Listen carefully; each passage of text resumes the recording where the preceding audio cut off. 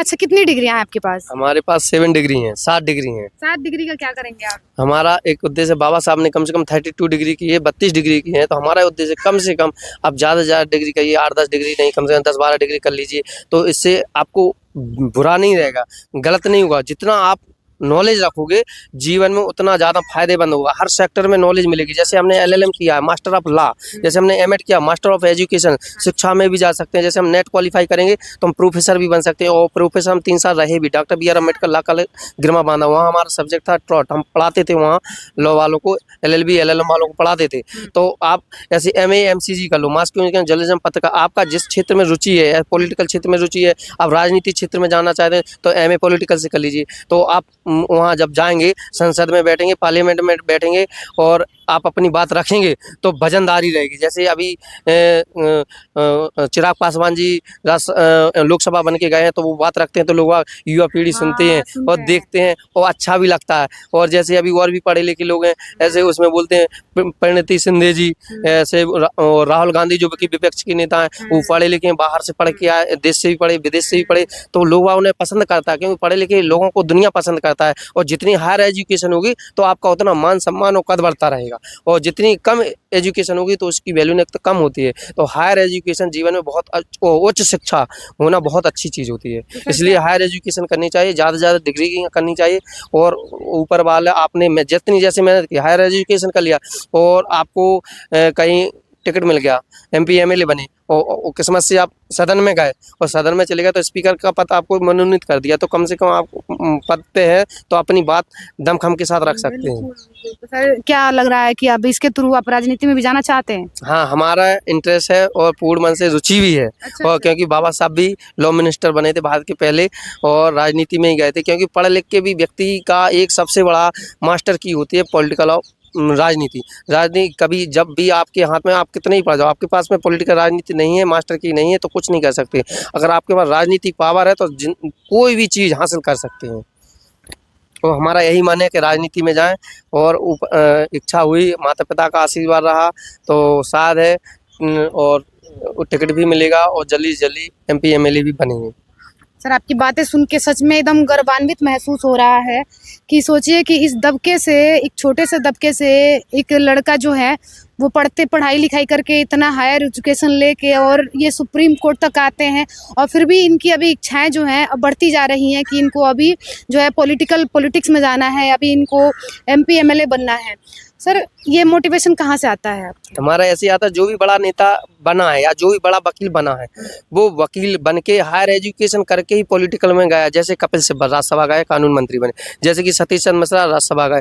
कोई भी बड़ा वकील ले लीजिए, सलमान खुर्शी हैं, वो राज्यसभा गए, मंत्री भी रहे कांग्रेस जितने भी पीछे दमरम है, जेठमलानी है, और पीछे सॉलिसिटर जनरल तुषार मेहता जी हैं। कोई भी हो, जो भी बड़ा वकील होता है, बड़ा वकील तभी बन पाता है जो उसमें चला जाता है राजनीतिक क्षेत्र में, उसको टिकट पावर मिल जाती है तो बड़ा वकील हो जाता है। ना तो ऐसे कोई पेट से पैदा नहीं होता है कि पेट से राजा पैदा हो गया, नहीं, पहले होता था, लेकिन अब ऐसा नहीं है। अगर आप मेहनत करोगे, अब हर एजुकेशन करोगे, आप पढ़ाई के क्षेत्र में, राजनीति के क्षेत्र में, वकालत के क्षेत्र में, तो आपको कोई पार्टी एमपी एमएलए का टिकट देगी या राज्यसभा भेज देगी तो आप बड़ा वकील बन जाओगे। तो यही इच्छा है कि हम शायद किस्मत, ऊपर वाले माता पिता का आशीर्वाद रहा, ऊपर वालों का आशीर्वाद रहा, तो शायद है कि हम जल्द से जल्द एमपी एमएलए भी बनेंगे, टिकट भी मिलेगा, मेहनत करेंगे। बिल्कुल सर, आपके सुनहरे भविष्य की कामना करती हूँ सर। और हम मानते हैं कि अगर आप बन जाते हैं तो आप क्या करेंगे, मतलब उन लोगों के लिए, अपने दबकों के लिए? हमारा उद्देश्य एक ही रहेगा कि कभी किसी का शोषण नहीं होने देंगे, गरीब को मदद करेंगे, शिक्षा का, किताब से जितनी भी मदद होगी, विद्यालय में ट्यूशन फीस, जो भी अगर हमारे पास आएगा, जितना हमारे पास रहेगा निधि, ऐसे एमपी एमएलए की निधि 5 साल में 5 करोड़ होती है, जैसे प्रधान की 5 साल में 1 करोड़ होती है, लेकिन विधायक और एमपी एमएलए की 6 साल के राज्यसभा है तो उसकी 6 करोड़ होती है, विधायक की 5 करोड़ होती है, 1 साल में 1 करोड़। तो हमारा निधि का पैसा है वो तो देंगे, और जो हमारी वेतन भी होगी ना, वेतन 2 लाख रुपये वेतन होती है लोकसभा सांसद की, और विधायक की होती है 1 लाख रुपये, और एयर टिकट होते हैं, एम्स का इलाज होते हैं। तो हमारा इच्छा यही रहेगी जो भी हमारे पास हमसे मिलेगा और जो हमें सुख सुविधाएं मिलेंगी, सारी सुख सुविधा गरीबों में बांट देंगे। हमको कुछ नहीं चाहिए, सिर्फ एक ये चाहिए जितना हो सके गरीबों की मदद हो। बहुत ही अच्छी बात है, बहुत ही अच्छा लगा सुन के। अभी हमारे समाज में जो बच्चे पढ़ना चाहते हैं उनको मार्गदर्शक कहीं ना कहीं नहीं मिल पाता है। सर, उनको आप शुरू से बताइए कि जैसे क्या क्या पढ़ाई करेंगे जो कि वो सुप्रीम कोर्ट तक आ सकते हैं या फिर बड़े लेवल तक जा सकते हैं। आपने बहुत अच्छा क्वेश्चन किया है कि एजुकेशन में कोई भी व्यक्ति है वो सुप्रीम कोर्ट तक आना चाहता है या वकील बनना चाहता है तो क्या करे। हाँ जी। सबसे पहले वो हायर एजुकेशन ना करे, सबसे पहले 10 पास करे, फिर 12 पास करे। 12 पास करने के बाद, इंटर पास करने के बाद इंटीग्रेटेड 5 ईयर्स वाला कोर्स होता है बीए एलएलबी। और बीए एलएलबी नहीं करना चाहता है तो पहले बीए करे फिर एलएलबी करे, और बीए करने के बाद एलएलबी करेगा। एलएलबी के बाद उसको करना चाहे तो एलएलएम कर सकता है, मास्टर ऑफ एजुकेशन, क्योंकि एलएलएम कर लेता है तो उसको वकालत क्षेत्र में भी अच्छा नॉलेज हो जाता है और मास्टर डिग्री होती है। और इसके बाद उसको bar council of Uttar Pradesh हाँ जी।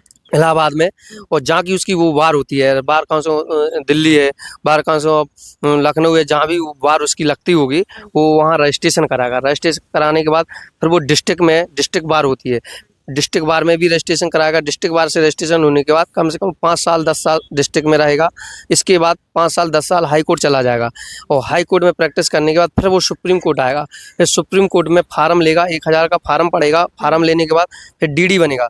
10,500 रुपये फीस सुप्रीम कोर्ट में अदा करेगा, और 10,500 जमा करने के बाद फिर 10 वकीलों के साइन होंगे। और इसके बाद इंटरव्यू फेस करेगा। इंटरव्यू फेस करने के बाद उसको I card, proximity card, library card allow हो जाएंगे, और वो किसी सीनियर वकील के साथ प्रैक्टिस करे। और जितना प्रैक्टिस करेगा कम से कम उसको चैम्बर में जाए। चैम्बर में जाने के बाद वो घर पे भी शाम के भी चैम्बर अटेंड करे, तो ज़्यादा से ज़्यादा वो करेगा, प्रैक्टिस करेगा, वो उतना अच्छा निखर के अच्छा वक्ता और अच्छा वकील बन सकता है। और यही प्लेटफॉर्म होता है सुप्रीम कोर्ट आने का।